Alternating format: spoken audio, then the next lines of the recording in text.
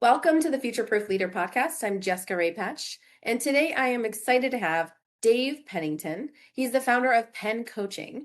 Hi, Dave. Welcome to the podcast. I'd like to just start off by you telling the audience a little bit about who you are and what you do. Jessica, it's good to be with you today. Glad to be able to share a few things. I usually like to give a little background, this is my third business that I've had, or third career, I call it. Actually, I started in ministry. That was my initial for quite a number of years, mostly mid to large size organizations, usually with a private school. So, 80 to 100 staff, plus all the pieces and parts that come with that. Then I kind of did a lot in the private education space. I've been head of school, I think, of 5 schools or so, some of them decent size, 630, 650. And I was an executive director of a state group with 37 schools in it, president of a state group on a national board, adjunct prof, so a lot in private education. Wow. And then about 10 years ago, I started Penn Coaching and Consulting. And I've had a little bit of an iteration in the process of all that. I kind of started in I would say, the leadership space. And what I found as I started helping business owners, almost always, if there were challenges or whatever, I would lift the hood, kick the tires, and ultimately it came back to there was some challenges with leadership. So that was kind of a natural draw to kind of help leaders. And I really like helping leaders. That's one of my goals, is to impact leaders. I actually call it the pebble in the pond concept. Like you throw a pebble in a pond, there's a ripple effect. So I know if I can help the leader grow and become a better leader, it will impact his family, it will impact all his employees and their family. And so that's a very, something I really enjoy doing and have leaned into. Then I shifted a little bit, or iterated a little bit, where I focus more on scaling. And that's something I've always been good at: building organizations, getting the right people on the bus, getting them in the right seat, and then really leaning in and developing them. And that's a piece that many leaders really don't do, but I think it's really critical. And then about a year and a half ago, I got certified in valuations and acquisitions. So now I'm really focusing just primarily, I'm still doing some leadership and some scaling, but primarily on a business exit strategy. I bumped into a phenomenon called the silver tsunami, which is boomers. I'm a boomer, so I can connect with that, Yeah. are aging out. And they estimate in the next 5 years that there's somewhere around $10 trillion with a T that's going to change hands. Wow. And most of them have no exit plan. A lot of them, when they get ready to sell their company, it will not be attractive. People will not be interested, and they're going to be deeply disappointed. So I'm really focusing on trying to help them understand that if they start early enough, and that's one of the challenges, Right. and prepare, they can actually increase the value of their company. And then on top of that, it makes it very attractive, sellable to people that want to buy it. So that's kind of what I'm doing. Oh man, that's exciting. So I have so many questions for you. So the topic I kind of come up with today is design your company as if you were going to sell it. Kind of looking at it from thinking of the end at the beginning. And we'll see here where we go from here. But most business owners don't really think about selling their company, right? Until they're ready to exit, is what you said. So why is that such a big mistake? Well, I think it's a big mistake, number one, because if you wait too long to prepare to sell it, you're not going to be happy with the price, and you may not even be able to sell it. But even more important, and really what you're sharing is exactly what I teach, which is even when you're designing like a startup, I always tell people when you're starting a business, a couple things. Number one, most people build their business and they fit their lifestyle into their business. It usually doesn't work very well. I always encourage people, decide what kind of lifestyle you want to live, and then design a business that fits your lifestyle. It works much better that way. And then Right. project out 5, 10, 15, 20 years, however far you want to go out, and envision what you want it to become. Because I find a lot of owners don't really have clarity about where they're going. And when you don't have clarity about where you're going, you tend to take a lot of rabbit trails. So this pops up, oh, I'll try this. Well, this pops up, I'll try that. But if you have clarity, it becomes kind of like a decision grid, because I know where I'm wanting to go. When something pops up, if it doesn't really align, it won't get me there. No, I'm not going to do that, because it's not going to get me to where I want to go. And then reverse engineer back to where you are. And so then you have a pathway, a roadmap, sometimes I call it, Yeah. that will take you from where you are to where you want to go. And even if you never plan on selling it, and this is one of the things that as I got into this space that really became very important, is there are multiple ways to exit. You can become you can become a private owner, where you're not managing it, you're not even working in it on a day-to-day basis, but you're the owner and you're still reaping the dividends of building the business. Yeah. You can pass it on to your kids. That's a whole different path. I have one client right now who is actually selling his company or preparing to sell his company to a couple of employees. He's a Oh, printer and he's been in the business 20, 25 years. He's done pretty well, but he's a little tired, wants to do something different. But here's the key for him. He really doesn't need the money. So he's going to sell it and get his price that he wants for it, but he's going to finance it for his employees. And what he will do is make the money off the sell, make the money off the interest that he finances, and then he's oh, going to spread his tax liability probably over about 10 years, which will be very helpful instead of taking a big yeah, bite up front. right. And then he's going to go on and do something else that will kind of position him. He's younger yet, so he's going to prepare for retirement with some other investments that he wants to make. So lots of ways to exit. Right. So that sounds all very interesting and intricate.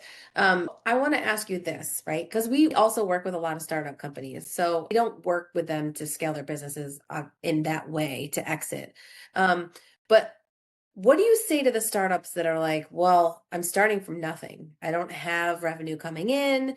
How can I possibly, prepare to exit when I have a concept, maybe a system, but I don't have anything else? So how do I get there? Like, how do I plan for something I don't know, right? Yeah. Yeah. Well, when you start, you do kind of do everything. Right. Okay. I mean, I always say if you're a widget company, you make the widget, you pack the widget, you ship the widget, you invoice the widget. I mean, you do everything. Okay. Yeah, yeah. But here's what I find with a lot of business owners. As your company grows, you have to grow with your company. You Okay. don't want to keep doing all the things that you did when you started up. You want to begin to give away some of those responsibilities. And you might say, well, how do I know what to keep and what to give away? Yeah. One of my things that I do, because I'm so leader focused, is right when I first begin to work with leaders, I try to help them understand what I call their secret sauce. And sometimes I word it this way: what do you really love doing and what are you really good at doing? Now, sometimes people know, but sometimes they really don't know. Well, I kind of like this, I kind of like that, I do a lot, but I try to keep digging. I have some assessments I use that can also help. Yeah. But I want to find out what you really love doing and what you're really good at doing. Most of us are good at one or two things. If you're really good, you might be good at three things. Yeah. Okay, but most of us one or two.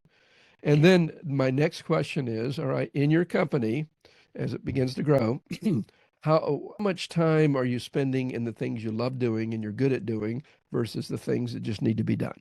Okay. And what I try to do is get them, I call it 80% aligned, where they're 80% of their time in their company, they're doing the things they love doing and they're really good at doing. If you position yourself that way, you'll be very successful and very productive because A, you're good at it. B, you like doing it. Right. And you could kind of do it all day long. It's not like work for you. It's just almost like fun. Then you need to begin building what I call a complementary dream team. And excuse me, sometimes I word it a little bit like this. Believe it or not, there are actually people that love doing what you hate doing, and they're really good at it. You need to find those people and get them on your team. And you want to begin to delegate. You might just start with one person to start with, but eventually, as you grow a little bit bigger, I suggest 3 to 5. So, kind of almost a VP level. Yeah. So maybe someone's handling marketing, someone's handling the finances, someone's handling the deliverables or whatever. But the idea is you're offloading things that maybe you used to do, but as you've grown, you don't want to continue doing because you'll reach a saturation point. And I see this all the time. Yeah. Most business owners are carrying the load of their company on their backs. And they reach a point where they're like this. They're just completely saturated. They can't handle any more. And the business begins to cap out because you can't add anything to you because you're already maxed out to begin with. Right. And so understanding, what to embrace, what to delegate, and I have a whole process to go through all that, but that's really key. And you want to be thinking about that from the very beginning. What do you love doing? What are you good at doing? What can you do, but you don't necessarily love it? Well, maybe that's the first one that you begin to delegate. So it almost seems like in your process, and you have a pretty well thought out one, is that you want to get to a position where your company's running without you, essentially. And that is a secret Well, to then being ready to sell, yeah, or mostly without you might be a good way of putting it. Okay. And in other words, it's not dependent upon you. Because what happens is when you get ready to sell your business, if it's highly dependent upon you, the value goes way down and the Hmm. sellability goes way down. Right. Buyers are not attractive to buying a business that's built on the owner because they're concerned when the owner goes away, then What the happened? clients are going to go away or the customers are going Yeah, to go away. Okay. that is true. And in fact, sometimes this happens quite often. Hey, I want to buy your business because it's so built upon you. I'm going to devalue it. I'm not going to give you a price you want. And by the way, I want you to stick around for a couple years because Right. I need you to stay here because if I buy it and you go away, I'm really kind of nervous about the fact that the customers are going to go away. And no owner really wants to do that. You go No. from being the owner of your company to now you're an employee, and that somebody's going to come in, buy it, and change a bunch of things, and you're thinking, "What's he doing? He doesn't know what he's doing." Right. So it's really smart to make it where, I mean, you ought to be able to go away for 30, 60 days, and things mostly will work. You add your secret sauce, your spice, but it can run without you. It doesn't need you to be able to function or to be productive. Right. And I think that's always, I mean, that's our goal. Like, I think most entrepreneurs go into business because they're trying to, like, the flexibility, right? You want the flexibility. And then over time, you want to do more. Ambitious people start businesses, they have ideas, and then Yep. oftentimes it leads to more businesses and more ideas, but the overwhelm can creep up pretty quickly, right? So, financially, let's talk about that. So, what financial mistakes do owners make that hurt them when it comes time to sell? Probably the biggest one is they don't have their finances in order. I tell owners all the time, look, when you get ready to sell your business, you have to stop thinking like an owner and start thinking like a buyer. It's a completely different perspective. As an owner, I put 25 years in this and my blood, my sweat, my tears. This is great. I love my people. I love my customers. High value because it attached emotionally. Right. As a buyer, I'm not thinking, I don't care about any of that. I want to know, can I make money? I want to know, about your recurring revenue. If you have recurring revenue, I want to know, are your books in order? A lot of books are kind of sloppy, and owners take a lot of draw and reduces the profitability. I mean, so you've got to.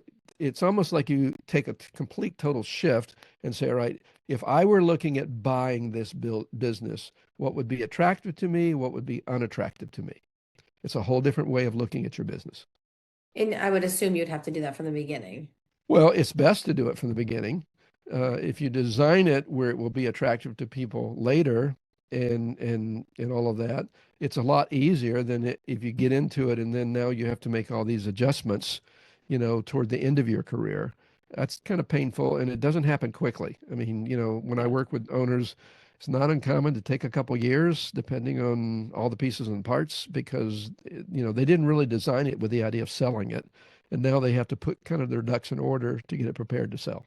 So, do you see a lot of people that are, that work with you that are in the beginning phases, or is it almost always working with someone? I know you said the baby boomers, Yeah. but some Well, of them might I be, don't typically work with startups. No, I give a right. lot of advice to startups. Yeah.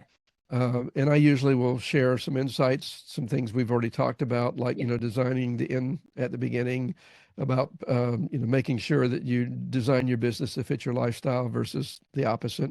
Right. And I try to guide them. Um, and then I just tell them, look, as you start to grow and whatever, if you have some needs and, hey, we have a friendship, come back and I'm glad to help you. Eventually you'll grow to the point where you probably will fit my avatar. I can help you. Um, but it's a different, startups are very different. Everybody, how are you financed? What industry you're in? What are your skill set? There's so many variables and it's hard. Startups are hard to help.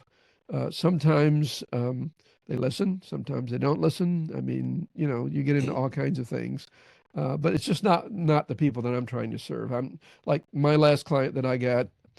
He has four businesses, and he is looking at going to three. He's trying to position himself so if something happens to him, he wouldn't leave his wife with a big pile of mess. He's really more, in his early 60s, kind of stepping out. I've got a lady that I have had one meeting with. She has four businesses. We're going to meet again next week. And she's repositioning herself. She's younger, but she's kind of a go-getter. And just really to help her streamline and get clarity about, okay, what are you really wanting to do? Where are you? I mean, you've got these things are going and they're successful, but you're pretty stretched and you've got a bunch of kids yet. And I told her, I said, I'm just going to, the other day, I said, look, I'm going to give you a little advice. And my kids are all grown now. But as I look back upon it, those years where your kids are in your home go by So very precious. quickly. You Yeah. don't want to squander that because you'll never get it back. And even Right. though I have great relationship with my kids, and by the way, I have seven, so uh, That's amazing. yeah, Oh, I love that. and seven grands too at this point. Um, Wow. but the bottom line is, you don't get that time back. And we have great relationships. I talk to my adult kids almost every week, if not every other week, and they're scattered literally all over the world. I mean, like I have one in London who works for Deloitte. I have one in South Oh, Africa who wow. owns his own company. And so they're scattered in a number of the states. But the bottom line is, it's not like it was when they were in your home. Right. So you want to make sure that you're not maxed out and you're just running and gunning and trying to hold life together and they're somehow, there, but they're really, not there. You know? Well, I like that you look at the full picture then. Yeah. So you mentioned a few things that I didn't assume that you did. So you're talking about your one client that kind of, wants to make sure that like if something happens to him, his wife is okay with the businesses and all the mess of it. So you really help people look at the picture with, so let's I want to sell my business. I'm 15 years in or something, and I had not thought about it at all. What is attractive for people looking for my business? I heard you say it needs to run without Yeah. essentially, and that's attractive. My finances have to be in order. But what else? What else makes it really Reoccurring revenue is great. Sort of think okay? Netflix. Okay. Oh yeah. You got a subscription coming in, money's flow. So it helps with cash flow. Buyers are nervous about cash flow. If you think about it, they're going Oh to yeah. they're going to write a check for the company, and then Yeah. they're going to write a check every month to keep the company going. Right. So they're really looking at that second check they're writing, not so much even the first check as the second check. So, and you have to get creative. I'll give you an example. This is a client of mine, but I read about some florist who were really concerned. That's kind of a short, cycle. You get flowers, they, wilt and die, and if you can't sell them, you have a lot of waste. Yeah. Yeah. So they were looking, well, how can we come up with something that would really provide reoccurring revenue? They were in a city and they put their heads together and they said, what if we went to high-end hotels or motels in our area and we offered to, big lobbies, we offered to do weekly a floral arrangement or multiple floral arrangements for your Oh lobby, and then you yeah. just pay us a flat fee every month and we take care of everything, I love which that. was kind of a no-brainer for the hotel management piece. Really Right. looks nice, the aroma, all those kind of things. But what it did for the florist is they had these reoccurring monthly checks coming in, which was really Genius. helpful, and it reduced the waste, you Yeah. know, Right. and by understanding, instead of just depending on who steps through the door, they Right. actually could design what they buy or choose what they buy to fit what the people they're trying to serve. Okay, so try reoccurring revenue, Yep. almost like passive income for a company. Yep. Build Yep. it.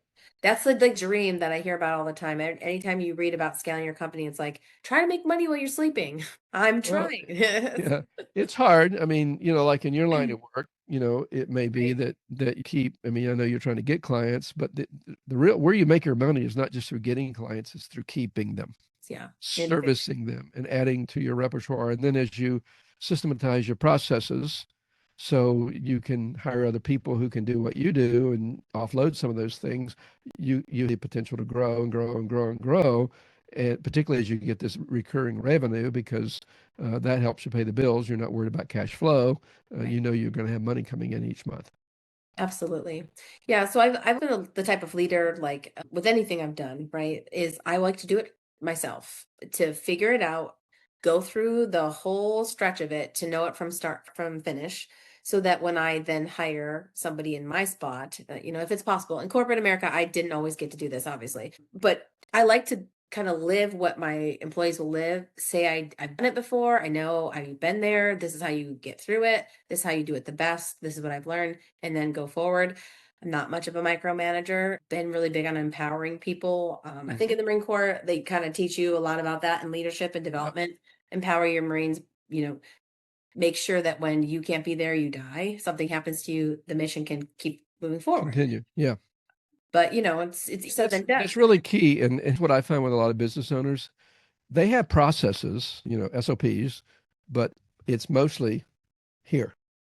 Yeah. Okay. It's not written down. It's Right. not written down. You haven't really kind of, I'll say, tweaked it or vetted it because a lot of things you just learn to do intuitively as a leader, and you do things that you're not even aware that you do if you don't write it down. And when you write it down and kind of really, clarify it, that enables you to be able to train others to do it. Okay. Yeah. One of my pet peeves is if you've been in corporate, which you mentioned, number one, I think people make mistakes in hiring. They don't know what they're hiring for. Often they have a position with a, I'll say like or whatever, or a job description. It's just a laundry list of a bunch of responsibilities. You're not talking about skills or aptitudes or anything like that. When I'm hiring a person, I'm going to do certain tasks, but I'm looking for skills and attitude and a bunch of other things because that's more important to me. I'm teaching the skills, but Sure. can I give them a good attitude? Probably not. No. So, so I think hiring properly, and then the real pet peeve is onboarding. Most corporations, here's the company manual, there's your desk, see ya, I hope you make it. That's your onboarding process. Yeah. And people will come in and they'll be there 6 months or a year or 18 months, and they still don't really even understand their job unless someone has actually sat down and explained these are the 3 to 5 things I need you to do exceptionally well if you're going to succeed in this job. These are the metrics that we're going to use to measure whether you're accomplishing those objectives. You can measure them and we can measure them with you so that we make sure you're on point, on target, and you're really doing what you need to do. And there's a lot of really basic stuff that doesn't happen in companies that if you do those things well, you will succeed. I think you're son. I don't think I've ever had like a decent onboarding with Oh, anywhere that I've horrible, worked. horrible. Now that I think about it, I really It's a don't. guessing game. Okay, It's well, a should I guessing do game. this or do this? And the way you find out you're doing the wrong thing, you get in trouble, Yeah. which is horrible. I always feel like I was always a reactive hire. Something had happened and we got to bring it in. Oh, you were a Marine. Cool. We need a project manager that's aggressive because we have an issue. Need the Oh muscle. boy. Oh boy. Yeah. Yeah. Well, yeah, and I was always a reactive hire. I'll always in my career. I don't know how that happened to me, but I like a challenge. So, right, it would have been nice to have like a nice onboarding, process, understand what my actual job was and I'll give you an example. I had a client. This was a really nice client in the educational space, and it was a 2-year contract. I won't tell you the dollars, but it was very, very. And this, I had a team of people I was working with, and one of the gals. These were all kind of like principal, superintendent level. I mean, pretty people, highly educated. And this one gal I like working with her. I said, "Look, I know you've got another role in addition to your role on this particular group that we're working with. What? Tell me about that." I mean, it wasn't part of my scope, but I just helping people. So yeah. I said, "Well, what do tell me about the job." She says, "Well, I'm still trying to learn it, whatever." And I said, "All right, well, just tell me this. At the end of the year, what are the 3 to 5 things you need to actually do well to succeed in this job?" She paused. She says, "Honestly, I don't know." No, yeah. Okay. I said, "Well, have you talked to your supervisor in that area?" She said, "I have," and she doesn't know either. And Ooh, so I'm saying, okay, why don't you go figure it out? You're smart. I want to give me your 3 to 5 things, objectives you need to actually do well to succeed, and then give me 3 to 5 subpoints under each objective. Put that on a chart or whatever. And then once you get it done and you feel like you have it in pretty good shape, I want you to take it to your superintendent and get her, input. Well, superintendent loved it because it was like, this is it. I understand. We get it, yeah. whatever. And I find, I mean, here, highly educated people who Hmm. are doing a job, they can't even tell me what she needs to do the job well. Right. And I think there are a lot of people in the workforce that are in a role like that. They don't really understand their role. They don't know what their key objectives are. They don't have any metrics to measure those key objectives. And then we wonder why they struggle. 100%. In reverse too, like you said, there's times where you have this written down on paper, the resume and all that stuff. So I had this happen to me once and I was in government contracting for a little bit and I thought I did a stellar job. I came in for like a 4-month contract and ended up staying for 4 years because I feel like when you do quality work, it kind of like you said, it kind of speaks for itself. But Sure. do your best and then it kind of like unfolds to something else. So I went to my annual review and I was very shocked to out I had been playing the project manager in this role, but I was labeled as a business analyst and I was project managing this whole, I was like, oh, I'm going to get the position. The other person is going to have to move on because I'm doing the whole project. So I get to the meeting with my boss and they're like, well, we would have done that, but you didn't accomplish one of your goals. And I said, what was my goal? And he said, well, you were supposed to, have sold something else outside of the contract to, a client. And I said, what do you mean? And he goes, well, you were supposed to be helping identify another area of need for the client. And then you were supposed to have a revenue goal. So I said, well, I was supposed to be here for a 4-month contract, but it's been at that point, we weren't 4 years in. I said, I've been here for a year. Isn't that a revenue adder? We're supposed to be here for 4 months. Yeah. Well, it wasn't anything new. You're in the same job. I was like, are you serious? I don't sell. I said, I'm doing a really good job, which is why we got extended from 4 months to a year. To me, that's a Yep. revenue, thing. But I got passed up. And from that moment, I was like, you know what? I'm going to start paying attention to what Honestly, you exactly have to ask questions. I did. I And felt if you silly. ask your boss a question, say, look, I'm new, I learn, I want to do a good job. Yeah. What are the 3 to 5 things I need to do in this role to succeed? Yes. You'd Yeah. be surprised. That is not uncommon to say, let me think about that. It's crazy. So they don't know. Right. So how are you supposed to know? Exactly. And then you try to guess, and sometimes you will guess it right, sometimes you will guess it wrong. Yeah. And then they're frustrated with you. Like in this case, there was apparently an objective they had that probably they never bothered to communicate to you about, or Yeah. certainly you didn't have clarity on understanding it from the front end, because if you did, hey, I would work on it because I know that's what they want. Right. But that happens all the time. It's so sad. Well, this kind of ties into making sure that you're building a company and in like your case, you're investing in your leaders so that they're doing a really good job, right? To make your company flow for sale.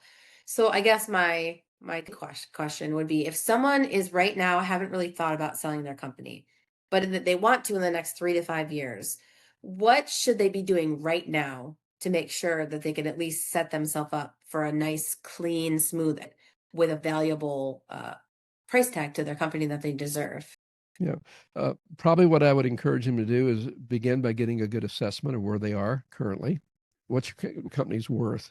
I have an assessment that I make available where it actually gives you numbers for, based upon industry standard. Now, it's not a full, uh, you know, document or whatever, but it's a pretty good estimate because it's really based upon industry standards. It provides several reports, but the one I like most is really neat because this assessment is based upon 8 metrics. We've talked about several of them already: reoccurring revenue, good financials, that kind of thing.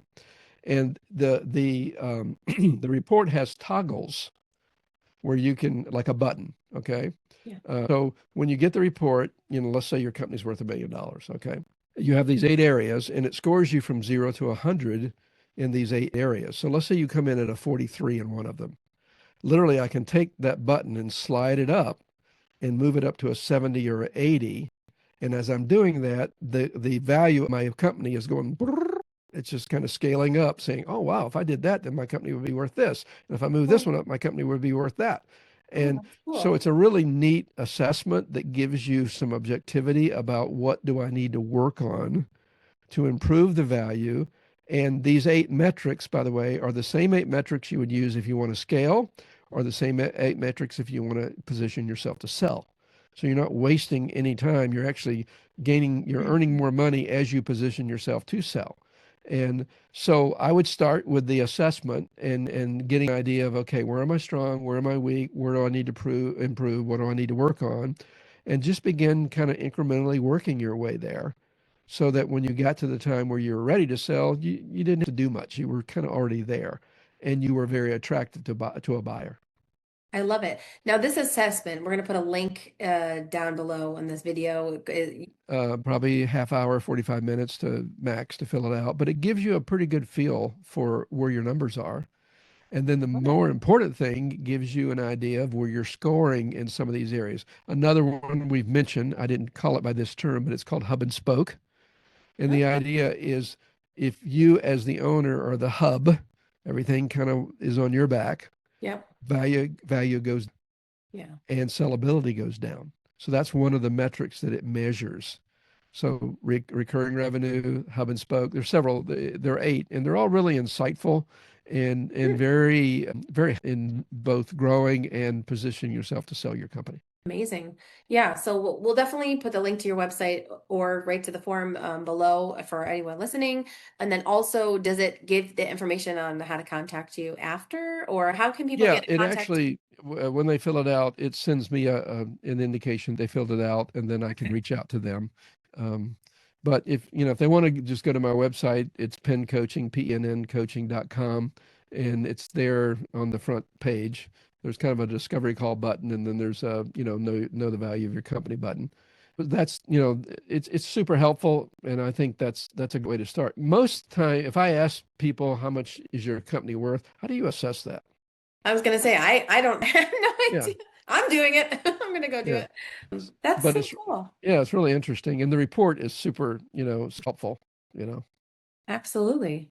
So I feel like at this point, after learning a little bit, I feel like whether you're scaling or preparing to exit or know that you're going to exit someday, because I guess we all are, aren't we? Having a Eventually. metric, yeah, Yeah. having a metric is super helpful with whatever you are in your goals, wherever you are in your journey, would be very helpful. So it's pretty cool that you've done that, and thanks for contributing to the community that way. So. It's been lovely having you on the podcast. To all our listeners, thanks again for listening in to the Future Proof Leader, and we will see you next time. Bye, Dave. Bye, Jessica.